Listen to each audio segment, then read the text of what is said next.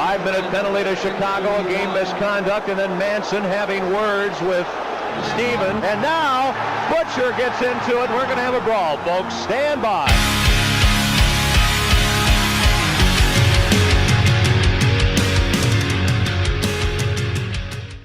What's up, everybody? Tyler Cash here. Episode 2 of a new season of Fourth Line Goon Hockey Podcast. Hanging out in fabulous Las Vegas, Nevada. I said that goofy, but I'm excited. It's opening night here at the Fortress at T-Mobile Arena. Vegas Golden Knights versus the Chicago Blackhawks. I'm excited to hopefully watch a massacre. Chatting hockey. How you doing, Tommy?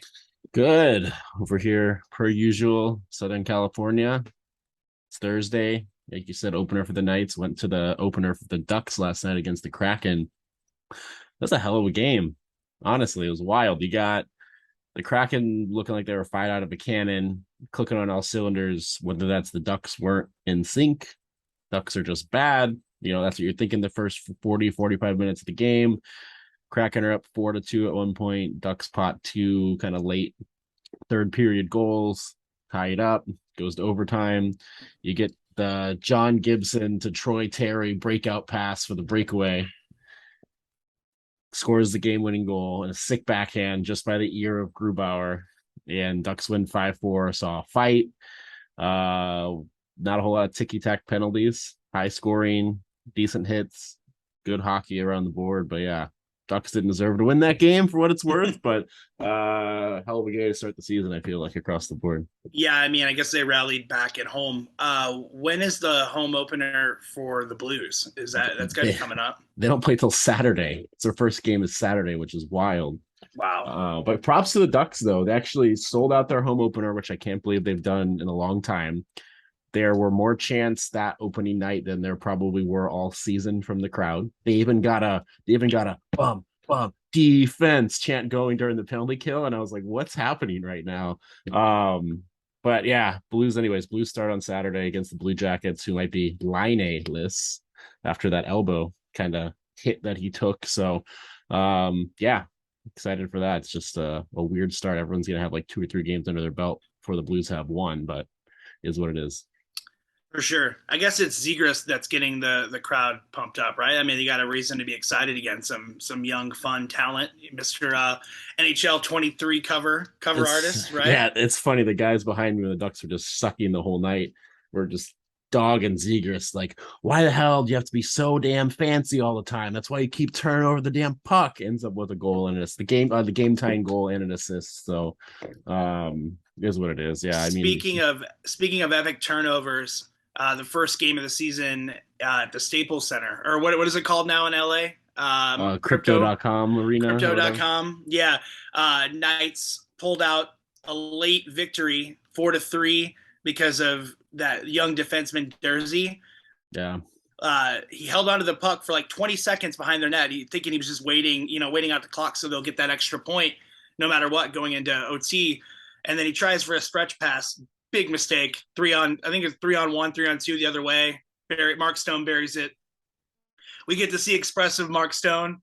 Gets really fucking hyped. My mom texted me and she's like, does he always do that? I'm like, yes. He always scores like he sellies like he's never scored a goal before. So yeah. It was great to see him back in his true form because I hadn't seen it yet. You know, we hadn't seen it in the preseason. We didn't, and you never knew if that was going to come back or if he was still dealing with injury, but it was awesome game, fun to see. I'm excited for tonight. I actually get to walk the gold carpet, so wow. You better believe I'm gonna break out my gold blazer from my wedding. It's gonna be a good time. I'm very much looking forward to it. Perfect game to ask for, right, against Chicago, and they were just in Denver last night getting their asses handed to them, which I don't know if you saw, but they had Mark Hoppus from Blink-182. Raised the banner in Colorado and he wore the jersey and there's that photo floating around of him at Gretzky. So a lot of fun. I'm not an Avs fan, but I'm a Blink fan. And they're back, baby. Yeah, well, they never went anywhere. All I'm asking for is a 4-piece. I want to see Skiba and Tom. That'd be wild. The same band. I don't know. I'm gonna try to come out. They're doing When We Were Young Fest next year, but I don't know. That's a whole year away, so I might try to make a couple of the dates. Tickets are stupid. whether they're face value or whether it's secondary market. It's just nuts. Like I looked at the LA show, like Blink's presale, which was Tuesday. Upper deck, farthest away seat, $200 plus fees is like $235 for one ticket, and I'm like, I would rather think pay for When We Were Young next year.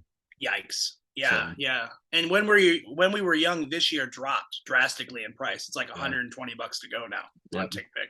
So yeah, I'll hopefully be attending both this year and next year. Welcome back, Tom. As you said, Blink's back. It's great. So last episode we did our Western Conference predictions for this season. This episode we're going to focus on the Eastern Conference. First, we're going to start with the Atlantic and the Boston Bruins. No Brad Marchand for 6 months due to injury. No Charlie McAvoy around the same time period. They brought Krejci back. I saw he had a 3-point game in their first game of the season, so you love to see that. They only have one more year of Pasta and Berge. It's going to be a struggle for them, but if they can continue to win like they did against the Caps game 1, they don't have to be pretty. They just have to get the points. Yeah. And I mean, I could still see them making playoffs, and they're getting the band back together for one more run. So I wouldn't be surprised if they surprise a lot of people. Yeah. No, I agree completely. I mean, yeah, Krejci coming back on that 300 or 400 point per game or point per season pace right now. Not a big deal. Coming back and just shitting on everybody after just taking like a full year plus off. But anyway, yeah, I think they definitely, I don't think they're going anywhere. I think they're still a playoff team for sure. But I think at the same time, you're going to have, I guess, comparing like the Atlantic to say, the other side of things, the Metropolitan, it's not as competitive, I feel like, too, which kind of works in their favor a little bit. So I have them going. Do you have them going to the playoffs? I do, unless there's some questions maybe on the goaltending front. I think that's the one thing I'm concerned about with them still. So I have both the wild cards going to the Metropolitan, but we'll get to that. So I have more teams from the Metro making it to the postseason. But Bruins in, Montreal Canadiens no. I mean, hey, they just upset the Leafs. Anything's possible. Well, the Leafs have Matt Murray in net, so yeah, that's you're right. Anything is possible. No Carey Price. They extended Jake Allen. They named Nick Suzuki captain. I guess they got Caulfield. He's doing things. Young talent, but just not enough of it. I think that I've said many times that run that they had was a fluke, and I can see them missing playoffs. I just don't see them as a very scary team. Yeah, I think I'm on the same page with you. I think there's not much more to say than that. Buffalo Sabres. They added Alex Tuch and Peyton Krebs from the Jack Eichel trade to the Vegas Golden Knights. 41-year-old Craig Anderson in net. I mean, he's 50-50. I mean, you never know what you're going to get, but not bad for what they're paying him. Jeff Skinner had a career year for 63 points in 80 games last season. So minus goaltending, they're building in the right direction, but I don't see him there yet. So I have them missing playoffs. Yeah, I mean, they got those core players. Again, you have Alex Tuch, you have the breakout from Tage Thompson the last year or so. Oh, right. Yeah. I mean, yeah, finally, maybe that round rally trade's more even than we thought it was 4 or 5 years ago, it feels like at this point. So, yeah, I feel like other people in the division, Red Wings, Senators, like they went out, gobbled up a lot of free agents, while the Sabres are kind of just like, whatever. So they didn't really improve outside of that. Okposo got named their captain. He's healthy, which is good. But yeah, I think, they're still a bit of ways off. I still think bottom 10, if not bottom 5 team in the league, quite honestly. Well, if they get Bedard, then they're nasty, right? Then they're building definitely in the right direction. Very, very likely, yeah. Detroit Red Wings. They had quite the offseason. They added young Tendy Ville Husso with a trade from the St. Louis Blues. They also picked up former Blue David Perron in free agency. They traded for Verana, the right winger, last season, who ended up actually doing amazing for him, 19 points in 26 games. This is another team I think is building in the right direction, but with that unproven goaltending, I mean, we saw what Husso did in the playoffs last year. He wasn't all that. Like, he wasn't able to pick up the slack that Bennington was dropping due to injury. And they have a questionable bottom 6. I mean, promising, especially with what was that, Moritz Seider getting the Calder last year. I mean, they're in the right direction. They're just not there. Same thing I said about Sabres. This is gonna be my hot take, and as much as it pains me to say, I think Detroit gets third in the division here. I think there's a hell of a lot of hype here. Even goaltending being a little bit question mark, even with the Husso signing. I mean, you had, like you mentioned, David Perron. You have guys like Andrew Kopp, Dominic Kubalik, Ben Sherratt, Olli Maatta, all veteran guys who can play well, along with breakout seasons from Seider, Vrana doing great since the trade. New head coach. Like, I feel like they have the pieces in place, especially with Steve Yzerman at the helm, their GM. Like, the hype's there for them, I think, to take the step this year, because they made a big step last year, I think, just kind of not being a shit team and adding these guys. As much as it pains me to say, as a Blues supporter, like, I think they get in the playoffs. I really do. I mean, they got to stay healthy, because even Vrana got injured last season. Perron's injury prone. I mean, they're not getting any younger, so we'll see. Very interesting for them to add such veterans to their build already, but I say they miss. You have them in. Here's my hot take, though, and you and I have a bet basically revolving around this team, and that's the Florida Panthers. They traded Uyghur and Huberdeau. They picked up Tkachuk. Even if you say that Huberdeau and Tkachuk are 1-for-1, they still lost 44 points from Uyghur as a defenseman. Those 115 points from Huberdeau, that's nothing to scoff at. I mean, that's a big workload even for Tkachuk. My unpopular opinion is I think they got slightly worse, and I think that they missed playoffs because of that. I mean, you disrupted the chemistry. Yes, you picked up some guys that have proven themselves, but they're older. No, they went younger. My bad. So obviously they got rid of Huberdeau and they picked up Tkachuk for the youth. But I just don't see it being a real threat. I think that they barely miss, but they miss. I can't see them really being a true contender when they have 10.5 tied up in just Bobrovsky alone. Like that money could be spent better even with the cap going up. We've said that the last 2 years, though, haven't we? And they've come out in top in their division. Correct me if I'm wrong. Yeah, but then they shit the bed. So I mean, if they make the playoffs, they're not going far. That's typical Panthers fashion. I mean, I think redraw my statement a bit. I say it's split between wild cards between the conference or between the divisions here, Metropolitan Atlantic. I would say Red Wings get a wild card spot. I would say, Panthers, out of all the teams here that are contenders, took a step back, but with other things that we'll talk about here too, I have them second in the division this year. Like, you lose Uyghur. You lost, with the trade to Huberdeau, with the trade to the Flames, got Matthew Tkachuk back in return, which is a pretty solid swap for those two, I feel like, at the end of the day. But defense is a little bit I mean, Ekblad got hurt towards the end of the year, wasn't 100%. He's fully healthy now, assuming he's good going forward. That's solid. I think their question comes down to defensive depth again. Comes down to goaltending circus between the aging Bobrovsky and the young Spencer Knight, but I still think they have the firepower to get second in that division. Ottawa Senators. Now, here's going to be my extremely piping hot take, like the pizza burn at the top of your mouth take. They added DeBrincat, Giroux, Tyler Mott. Obviously, they're going to be playing alongside Tkachuk, Stützle. They got veteran Cam Talbot and 29-year-old Tendy Anton Forsberg with something to prove. That they have them in nets.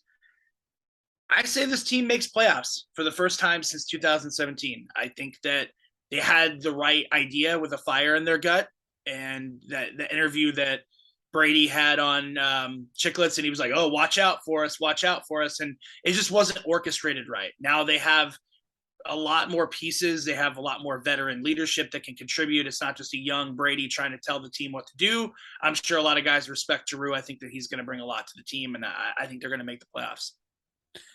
I don't see it. I mean, I see the firepower, don't get me wrong, but goaltending I'm not confident in. Really, defense even after what Talbot did last year with the Wild, I mean, they were not a great team defensively, and he was able to fucking play out of his mind, even at 35. I mean, he's not even starting the season healthy for what it's worth too. So he's on IR at the moment, but I mean, easily to say, I think they're pretty solid forward depth. outside of Shabbat and Zaitsev. Maybe you could argue even Hamonic to a degree on defense. Not a fan personally of what they have there on the D side of things. I just don't think, an aging Cam Talbot, granted he's pissed off and getting swapped and whatnot for Fleury. Like I don't know if I see it. I mean, even looking at the numbers for Talbot, when he played there for the Wild, they're pretty mediocre. Like 2.75 goals against, 91 save percentage last year. Like, all right, that's a serviceable goaltender, but is that going to get any better on the Senators? Probably not. So I still think they get closer, but I don't think they're making playoffs now. Yeah, I think they nab a wild card spot, or they surprise a lot of people and take that third seed.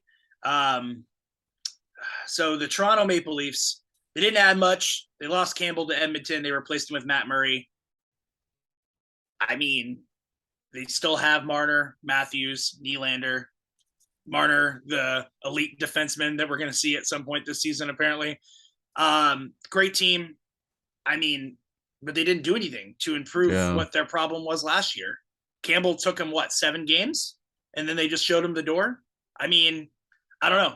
Matt Murray is not the Matt Murray that he was. And we saw that in game 1. Lost to the Montreal Canadiens in that upset, as you said. I mean, they're going to make playoffs, but I mean, it's going to be the same old song and dance, right? First round exit, in my opinion. And I mean, it could pan out to where they play the Bruins again, like a much beaten down Bruins, and wind up getting shit on once again, for the 100th year in a row. Yeah, I mean, I could see this year being that situation too, where both of these teams that have been stake bitten or just had no success for what seems like forever move on. I think this is the perfect case where you could see the Panthers coming in this like the 2 seed, or the Leafs coming in 3 seed and playing each other. Someone's got to get out of the first round, right? And then you have that confidence there, and who knows what happens. That's what I could see happening here. I think making playoffs for sure. Yeah, I think they nab one of the division spots for sure, but it's hard to really say, because the other thing that we're not really haven't talked about is, I mean, Montreal Canadiens, as we know, still hot garbage. And then you have the Lightning too, who are a unique case. Hard to see them missing, so it's easy to say. You could even argue, thinking about this through even more, like you could argue 5 spots from the Atlantic. You could, it's hard to say there at the end. I mean, who really knows? But yeah, I mean, I still think Leafs make it for sure. Yeah, so you touched on the Lightning. There's still a threat. They have a great core. As long as Vazzy's still there and Stamkos and Kucherov can remain healthy. They were doing great without Point last year. And I mean, he could have been the X factor. He was a great part for their cup run. They're definitely still in the mix. As long as Vasilevsky is Vasilevsky and that core remains healthy, I think they're good. And I have them making playoffs. I assume that you were hinting towards the same. Moving on to the Metropolitan, the Hurricanes, they added Brent Burns, Max Pacioretty, who's on IR for the next 6 months. Paul Stastny got older, got slower, but I don't want to completely discredit the veteranship. I think that Burns still has some gas in the tank. I think removing him from a team with Erik Karlsson will show that he still has it in him to at least put the puck in the net. If Patches can get healthy, he's shown he's a consistent goal scorer around that 20 mark every year. Good team. They're just not a great team. They make playoffs, but I wouldn't expect much more. For the Hurricanes? Yeah. I don't know how I agree with that. I mean, they pretty much were the third best team last year, second in the conference. I mean, I feel like there's not a whole lot to change that's groundbreaking for them. They added, Pacioretty's out, but more offense on the D side. Their team's still pretty much intact. I still have them easily competing, I think, for the division title for sure. New York Rangers. Ranger boys are back with a chip on their shoulder after losing to Tampa Bay Lightning in the conference finals last year. I think they lost in six games. I think Shesterkin was the best tendy in the league by a long shot last year. They named Trouba captain, which was something they didn't have during the run. They didn't have a captain appointed. Kreider had 77 points in 81 games, in which 52 of them were goals. They added Vinny Trocheck alongside, Panarin and Zibanejad. Not only do I think they easily make playoffs, but that they're my personal pick to win. If it's not going to be in Vegas, I think the cup goes to MSG. Yeah. Well, we'll see about that. I got my own opinion there. But yeah, I think I agree with you across the board. You think that you think they'll make it, be contenders again?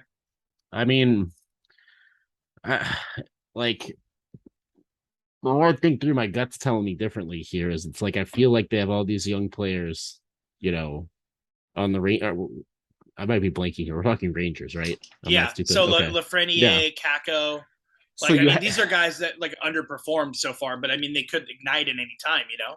I think it's gonna really depend on their kid line if they take a step forward, or if they regress. I think there's so much competition here in the Metro. They are either getting a division spot or they're missing the playoffs. I have them as a fringe team, as crazy as that sounds. Wow. What's up, Goons? Tyler Cash here from the Fourth Line Goon Hockey Podcast, interrupting today's episode to talk about our newest sponsor, Jesse Ray's Barbecue. Las Vegas barbecue has become a style of its own over the years. To sum it up with one word, it's perfection. Come try their award-winning slow-smoked ribs, chicken, pulled pork, hot links, and brisket. When I stopped in, I made sure I ordered the Fortress, and it was delicious. Let me tell you what, come in hungry or come with a bunch of friends because there's a lot of delicious food on that plate. They offer barbecue catering, dining in, takeout, delivery, and they also sell their award-winning barbecue sauce by the bottle. They just opened a location in Henderson at 308 North Boulder Highway. And of course, they have their original location located right behind Mandalay Bay at 5611 South Valley View Boulevard. They're open Sunday through Thursday, 11 a.m. to 7 p.m. They're open Friday and Saturday from 11 a.m. to 8 p.m. For delivery, call 702-541-5546. Once again, that number is 702-541-5546. You can find them on Instagram and Twitter at Jesse Ray's Barbecue. And let me tell you what, ever since I moved out here to the desert 2 years ago, no other barbecue compares. Jesse Ray's is the real deal. Check it out. You will not be disappointed.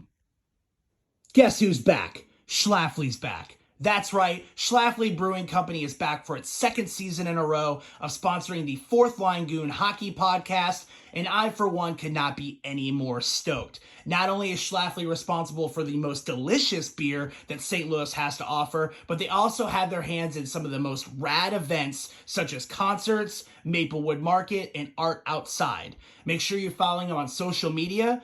At Instagram, it's Schlafly Beer, and on Twitter, it's Schlafly. Or, of course, you can just go to their website, which is schlafly.com. That's SCHLAFLY.com. And you can keep up to date on all their most recent products and events. Now, it's getting to be my favorite time of the year when it comes to craft beer. Everyone that knows me knows I love a good pumpkin beer. I love a good stout. And let me tell you, their coffee stout is some of the best I've ever had. And they're also pumping out the raspberry Hefeweizen. I know that everyone loves that. They're a big fan. They have the real fruit infused. It's just delicious. And one could not forget their famous Oktoberfest. It's delicious. It puts all the other Oktoberfest to shame. Check it out. How you can get your hands on it is very easy. Most pubs around the St. Louis area are already going to keep it stocked, but if not, make sure you let them know to do so, or go to schlafly.com and locate how you can find yours and enjoy today. Schlafly Brewing Company. Drink Mo Beer. Are you looking to sell your home? How about finally buying your dream home? Well, then look no further than Sin City Properties and my boy Adam Neglick, the smooth skating agent from Realty One Group. This is a true story, not just an ad read. My mom recently moved halfway across country from St. Louis, Missouri to fabulous Las Vegas, Nevada, and Adam was the man. Not only did he help her find her dream home, he made sure it was a smooth transition financially. He even helped us move. Now, I don't know how you guys feel about dealing with realtors, but a lot of times they're uppity, they're hard to talk to. That's not my boy Adam. He's a beauty to talk to. He's a hockey fan. He's a great guy. So let me put you in touch with him. Go to sincityproperties.com, or you can call him at 702-335-2156. Once again, that's Adam Neglick, the smooth skating agent from Realty One Group. You can go to sincityproperties.com. You can get a free market analysis, and he'll help you find your dream home today. New Jersey Devils. They added Eric Holla for some veteran leadership on a roster of young, fast talent. Jack Hughes, Jesper Bratt, Nico Hischier, Dougie Hamilton. They improved goaltending, I think, slightly, if any, by adding Vita Vedacek. Vitek Vedacek. How do you say that? Yeah, Vedacek? that's right. Here's my hot take for the Metropolitan. I say they surprise everybody and they make playoffs. I have them also making playoffs alongside the Ottawa Senators for the first time since their first round exit in 2017. I think they're young. I think they're fast. And I think that's going to be more than enough, at least to get them to the show. I don't know if it's going to go much further than that. They don't really have a lot of weight to throw around that's going to have them survive multiple rounds in the playoffs. So you have the Devils making the playoffs? I do. I have so far. I have the first three teams: the Hurricanes, the Rangers, and the Devils. The Devils that won 27 games last year is going to make playoffs in this division. Yes, I believe so. I have them for a wild card. Vanacek is better. They added Palat, which is helpful, but not a 20-win and team improvement helpful. So hard pass for me. No way. Jack Hughes is also injured for part of last year too. So, I mean, I don't really think he's really came full circle yet. That's not going to account for 20 wins either, but I don't think to make playoffs. So, I mean, who knows? Who knows? I'm acknowledging this is a long shot, but I'm switching it up.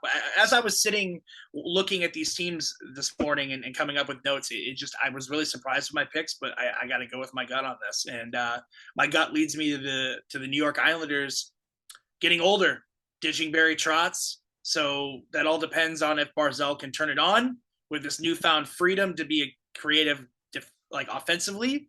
But I think that they miss. I think they miss playoffs while adjusting to a new system.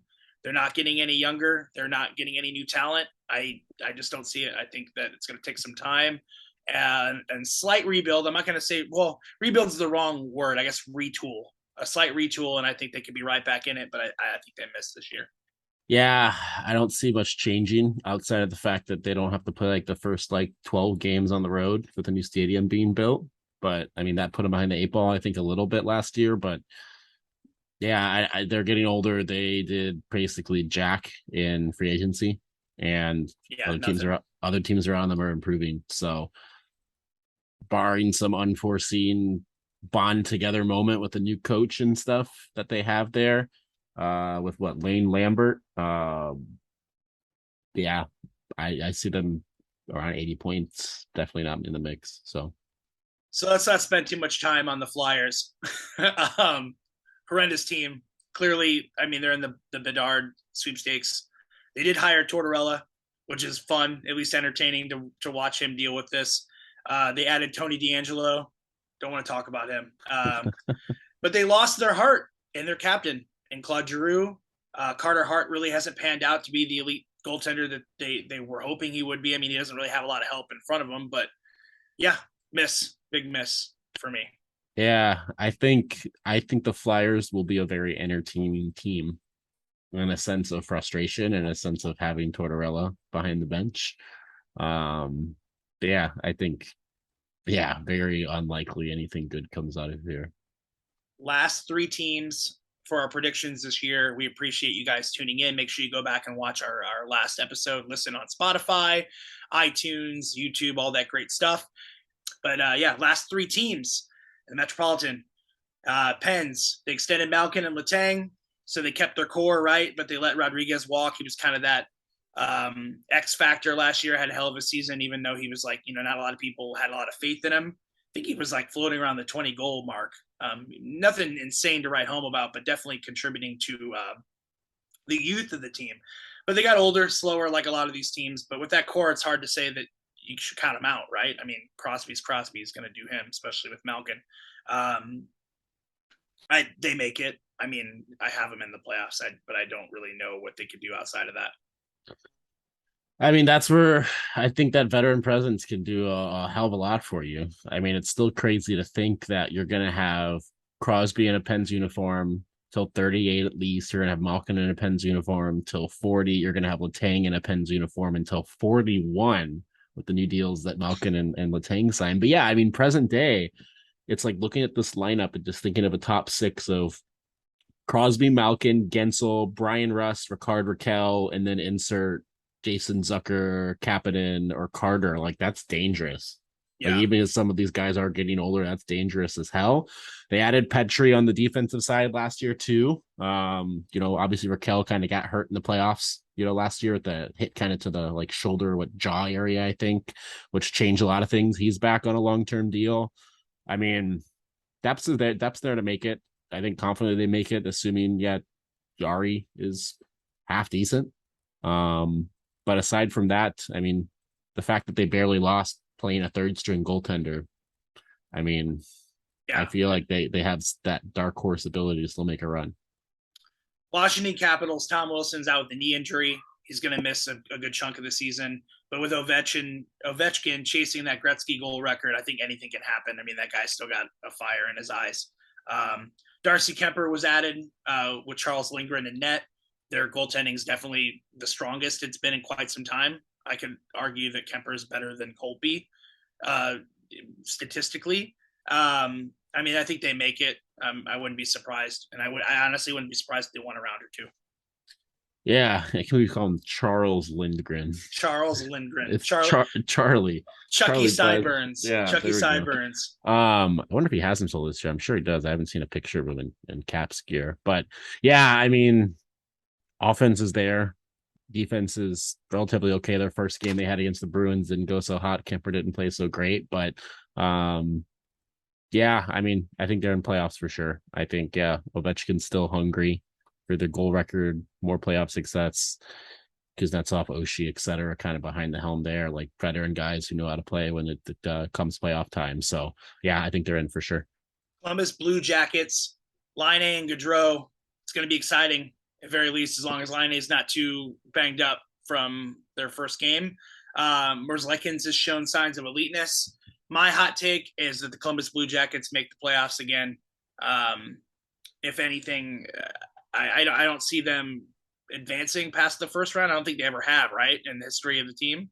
Or no, they did that one year that they beat Tampa. So they don't. I can't see them doing much, but I do have them as a wild card, and that's kind of my hot take. Obviously, we're a game or two into the season here, so it's like a little unfortunate having this kind of at the helm. But if Line is injured, they're not going anywhere. I even think with the adding of Gaudreau, I don't think they're making it either. I think they're probably as deep as this division is. I think they finished fifth. That's my take. Like they made improvements, but they're not there yet. So we want to thank you guys so much for tuning in. We appreciate it. Like I said, just go back and watch that first episode. It's the Western Conference, and this is our Eastern Conference.